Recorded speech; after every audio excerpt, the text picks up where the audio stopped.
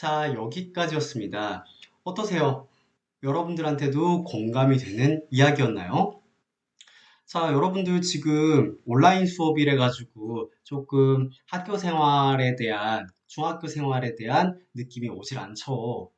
하지만 원래대로라고 하면 우리 지금 5월이잖아요. 5월 중순에는 체육대회를 하게 됩니다.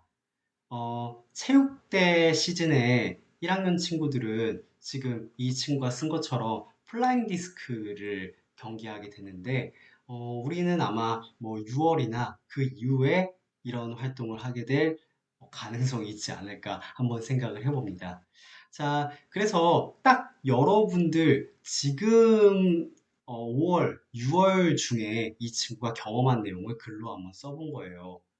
여러분들한테도 공감이 조금 되는 이야기였으면 하는 바람이 있습니다. 자, 그러면 이 친구가 어떠한 부분에 조금 인상 깊은 점을 가졌는지 먼저 시부터 한번 보도록 할게요. 여기 보시면 두려워 말고 큰 소리로 울부짖고 눈물 흘려라. 이 구절이 이 친구한테는 되게 마음에 드는 구절이었나 봐요. 그리고 또한 상처가 사라지면 눈물로 얼룩진 옛 시간을 되돌아보며 아픔을 잊게 해준 눈물의 힘에 감사할 것이다. 자, 이 두 구절이 아마 이 친구가 전체적인 글을 쓰게 된 계기가 된 구절이 아닐까 한번 생각을 해보겠습니다. 자, 그러면 여기 보시면 선생님이 1번 그리고 2번 이렇게 번호를 매겨놨죠.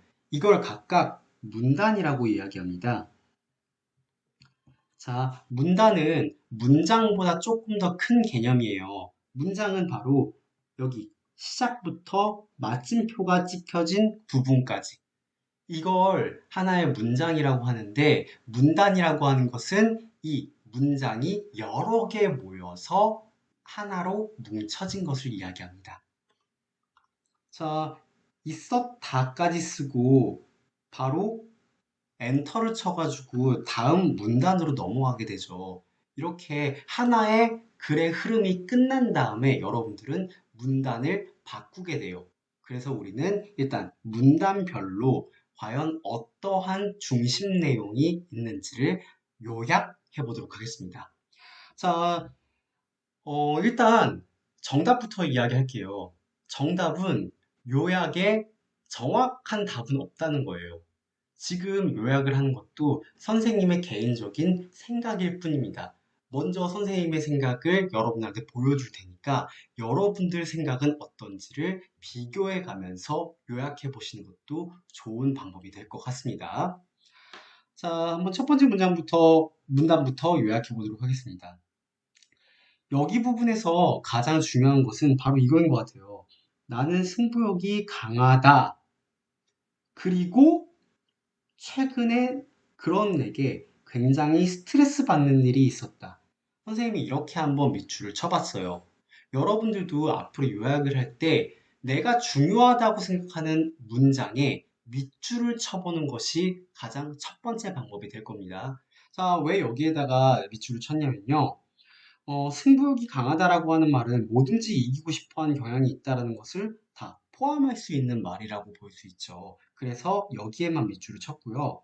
초등학교 때 야구 선수를 해서 그런지 승부근성이 생긴 것 같다라고 하는 것 자체가 바로 승부욕이 강하다라고 하는 말을 그냥 풀어서 설명한다고 생각을 해서 굳이 이 내용은 요약할 필요가 없지 않을까, 빼도 되지 않을까 한번 생각을 해봤습니다. 자, 그래서 여러분들도 여기 네모칸에다가 같이 적어주시면 될 것 같습니다. 자, 이 친구가 첫 번째 문단에 쓴 내용은요. 나는 승부욕이 강하다. 그런데 최근에 스트레스 받는 일이 있었다.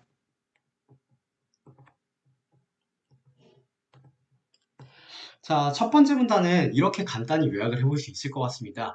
꼭 완벽한 문장을 만들지 않아도 좋습니다. 선생님도 여기다 화살표를 한번 쳐봤잖아요. 여러분들도 이렇게 다양한 기호를 사용하면서 요약하는 연습을 하는 것이 필요할 것 같습니다. 자, 두 번째 문단으로 한번 넘어가 볼까요? 자, 이 친구가 이제 그러면 어떠한 스트레스 받는 일이 있었을지가 구체적으로 나오게 되겠죠. 여기서는 이 부분이 아마 중요한 얘기 같은데요. 체육 시간에 1학년 다른 반 친구들과 플라잉 디스크 경기를 했는데 우리 반의 성적이 아주 처참했다라고 하는 거죠. 1무 2패라는 거예요. 자, 여기 밑에 보시면 우리 반이 뭐 체육을 엄청나게 못한다는 것도 알고 있고 꼴등을 했다, 가망이 없었다. 막상 경기를 시작해보니까 나도 모르게 승부욕이 발동했는데 이기지 못하고 깨져버렸다라고 하는 거. 결과적으로 그냥 플라잉 디스크를 했는데 우리 반 성적이 아주 처참했다라고 하는 것을 부연 설명하는 거잖아요. 이렇게 부가적인 설명하는 내용들은 일단 요약하기에서는 빼셔도 됩니다. 우리가 요약을 하는 이유는 좀 구체적인 뼈대를 파악하기 위함이잖아요. 여러분 엑스레이 찍었을 때 피부 조직까지 다 나오면 진짜 뼈대에서 아픈 부분을 찾아낼 수가 없죠. 여러분들 글을 구조화해서 분석할 때 있어서도 이 피부 조직 같은 부분은 과감하게 빼버리고 바로 글의 뼈대만 남기는 연습을 해야지 된다는 것. 자, 그럼 한번 같이 봅시다. 여기다가도 이 내용을 써주시면 될 것 같아요. 우리가 체육 시간에 한 거잖아요. 그래서 체육 시간에 우리는 1학년인 건 당연하니까 자, 다른 반 그래 친구들과 플라잉 디스크를 경기를 했는데 자, 플라잉 디스크 아니 플라잉 디스크 경기를 함. 그런데 성적이 처참함. 자, 이렇게 간단히 요약을 해볼 수가 있겠죠. 체육 시간에 다른 반 친구들과 플라잉 디스크를 경기를 했는데 성적이 아주 처참했다. 자, 이렇게 긴 문단인데도 불구하고 간단하게 요약을 해볼 수가 있겠죠. 자, 그러면 다음 페이지로 넘어가겠습니다. 자, 다음 페이지로 넘어가면 이 부분을 이제 좀 구체적인 상황으로 바라볼 수 있을 것 같아요. 여기, 자, 이 카메라 때문에 조금 가려지네요. 자, 보시면 마지막 2반과의 마지막 경기를 끝낸 뒤 2반이라고 하는 건 또 부가적인 설명이 될 수가 있으니까요. 마지막 경기를 끝낸 뒤 나는 계속 엎드려 있었다. 그 이유는 나 자신에 대한 화가 치밀었기 때문이다. 자, 보니까 그 다음에 이제 시간이 지나자 친구들이 나를 승부욕의 화신으로 놀리기 시작했고 나도 내가 왜 그렇게 화를 참지 못했는지 부끄러운 마음이 들었다. 자, 이 세 번째 문단의 중심은 이렇게 한번 밑줄로 표현할 수 있을 것 같습니다. 자, 마지막 경기가 끝나고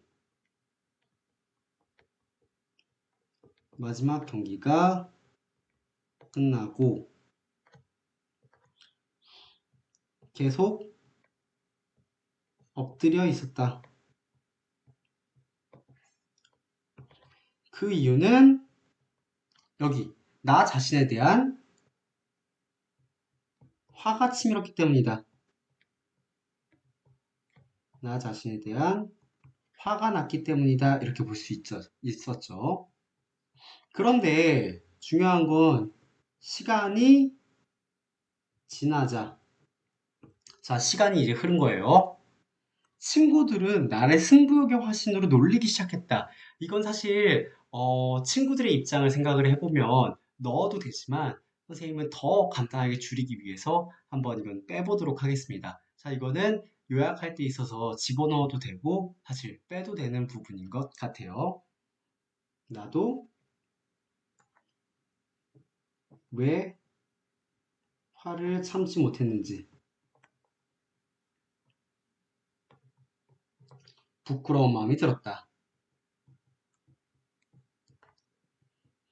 부끄러운 마음이 들었다. 자, 이렇게 요약을 해볼 수가 있을 것 같습니다. 마지막 경기가 끝나고 나는 계속 엎드려 있었는데 그것은 나 자신에 대한 화가 났기 때문이었죠. 시간이 지나니까 근데 친구들도 나를 놀렸고요. 나도 왜 화를 참지 못했는지 이상하게 부끄러운 마음이 들었다라고 하는 것. 이게 세 번째 문단을 간단하게 요약한 내용이라고 볼 수가 있을 것 같습니다. 자, 그 다음에는 네 번째 문단. 이 부분이 사실 가장 중요한 핵심적인 부분인 것 같아요. 이 부분 한번 봅시다. 지나친 승부욕으로 인해서 스트레스를 받은 나에게 이 시가 큰 위로가 되었다는 거죠. 자, 이 시가 그럼 어떤 부분에서 위로가 됐는지가 나오게 됩니다. 자, 첫 번째, 두려워 말고 마음껏 소리치며 울어라고 하는 문장이 와닿았다고 하는데, 이건 이제 빨간색으로 해볼게요. 첫 번째예요, 이게. 경기에서 진 후 몹시 화가 났던 나의 모습이 이상한 것이 아니라는 생각이 들었다라고 하는 거. 이게 바로 이 시를 통해 내가 얻은 위로라고 하는 거죠. 시에서는 마음껏 울라고 하잖아요. 그러니까 경기에서 진 다음에 내가 화가 나서 엎드려 있었던 나의 모습이 이상한 게 아니라고 하는 위로를 얻었다는 거. 그게 첫 번째 이 친구가 얻었던 중요한 깨달음이고요. 자, 두 번째는 이제 시에서 상처가 사라지면 감사할 것이다 라고 하는 부분이 인상 깊었다고 하는데 그 부분은 바로 좌절할 것이 아니라 이번에 아쉬움을 딛고 일어서서 2, 3학년 때는 더 좋은 결과를 내면 되는 것이라는 생각을 하게 된 것. 자, 이렇게 두 가지의 교훈을 얻게 됩니다. 이번에 아쉬움, 지금은 물론 아쉽지만 아마 이 아쉬움이 시간이 지나면 조금 더 나한테 있어서 의미 있는 결과를 만들어낼 수 있는 그런 씨앗이 되지 않을까 생각을 시를 통해서 해본 거죠. 자, 그래서 여러분들은 이 두 가지 내용을 간단하게 여기다가 정리해 주시면 되겠습니다. 일단 이 시가 나에게 이 시가 위로가 되었다는 거죠. 그 위로가 된 이유는 첫 번째, 어, 여기서 나의 모습이 이상한 것이 아니라는 생각. 나의 모습이 이상한 것이 아니라는 생각을 하게 됐다는 게 첫 번째 이유겠고요. 자, 두 번째는 바로 아쉬움을 딛고 나중에 미래에 더 좋은 결과를 얻게 되면 될 것.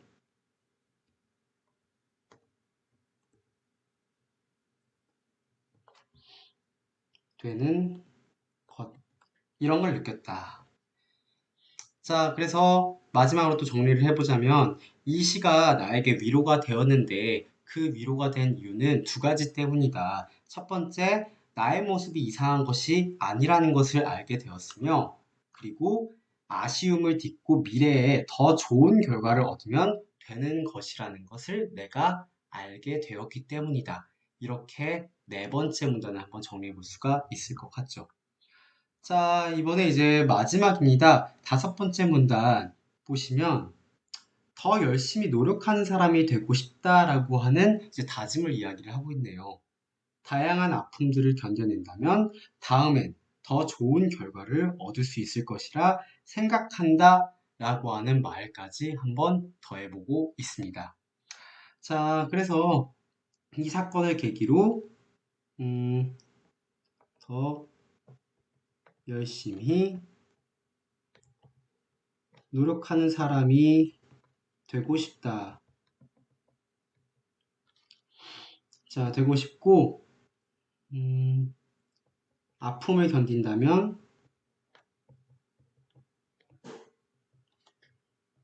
더 좋은 결과를 얻을 수 있을 것이라고 생각한다는 거죠. 자, 이렇게 한번 다섯 번째 문장까지 요약을 해봤습니다. 그리고 여러분들 1번부터 5번까지의 문단이 다 요약이 됐잖아요. 이걸 통해 글의 구조를 파악해 볼 수가 있을 것 같습니다. 자, 여기 마지막 부분 보시면 각 문단별로 요약한 중심 내용을 글의 특성을 고려해서 구조화해 보자고 이야기를 한번 해봤어요. 그러면 일단 이 글의 특성을 알아야겠죠. 이 글의 특성은 지금 이야기하지만 바로 수필입니다. 여러분들이 쓴 글들이 모두 다 수필에 포함되는 거예요. 그런데 이 수필은 특징이 있습니다. 여러분들의 글도 이 특징을 알게 모르게 포함하고 있습니다. 그것이 무엇이냐? 글의 구조가 경험을 통해 깨달음을 얻은 것으로 이어진다는 거죠. 와, 신기하지 않나요? 여러분들 이거 알고 썼어요? 모르고 썼는데도 불구하고 수필이라고 하는 형식을 가진 글은 다 이런 구조를 띠게 된다는 거예요. 자, 그러면 이 친구의 글은 어떻게 이렇게 구조화되는지 마지막으로 한번 정리해보고 끝내도록 하겠습니다. 자, 보시면 경험은 첫 번째, 그리고 두 번째, 세 번째 문단까지가 되어 있을 것 같습니다. 여기 보시면 첫 번째, 내가 승부욕이 강해서 최근 스트레스를 받는 일이 있었다. 그리고 체육 시간에 플라잉 디스크를 경기를 했는데 성적이 처참했다. 경기가 끝난 다음에 내가 계속 엎드려 있었는데 스스로에 대한 화가 난 것 때문이고, 나는 나중에 가서 왜 화를 참지 못했는지 부끄러운 마음이 들었다라고 하는 것. 여기까지가 아마 이 글 전체의 경험으로 표현을 할 수가 있는 부분이겠죠. 자, 여기 중심 내용은 여러분들이 지금 위의 내용 1번, 2번, 3번 이미 요약을 해봤으니까 그 내용을 여기다가 바로 옮겨 적으시면 됩니다. 한번 적어서 직접 경험에 관련된 구조를 파악하시면 좋겠고요. 자, 여러분들이 직접 하는 겁니다. 자, 그 다음에 깨달은 부분은 여기 4번과 5번 부분이겠죠. 그래서 4번, 5번을 한번 써주시면 됩니다. 4번에 어떤 내용이 있었냐면 나에게 이 시가 위로가 되었는데 이 시를 통해서 나의 모습이 이상한 것이 아님을 알게 되었고 아쉬움을 딛고 미래에 더 좋은 결과를 얻으면 되는 거라는 것을 알게 되었다는 거. 그래서 나는 깨달음으로 더 열심히 노력하는 사람이 되고 싶고 아픔을 견디면 더 좋은 결과를 얻을 수 있을 것이라고 생각하게 되었다는 거잖아요. 그게 바로 김일호 학생의 깨달음이 담긴 글이라고 생각해 볼 수가 있을 것 같습니다. 여기다가 이 내용 역시 여러분들이 정리해 주시면 간단하게 전체적인 글 구조가 파악될 수 있겠죠.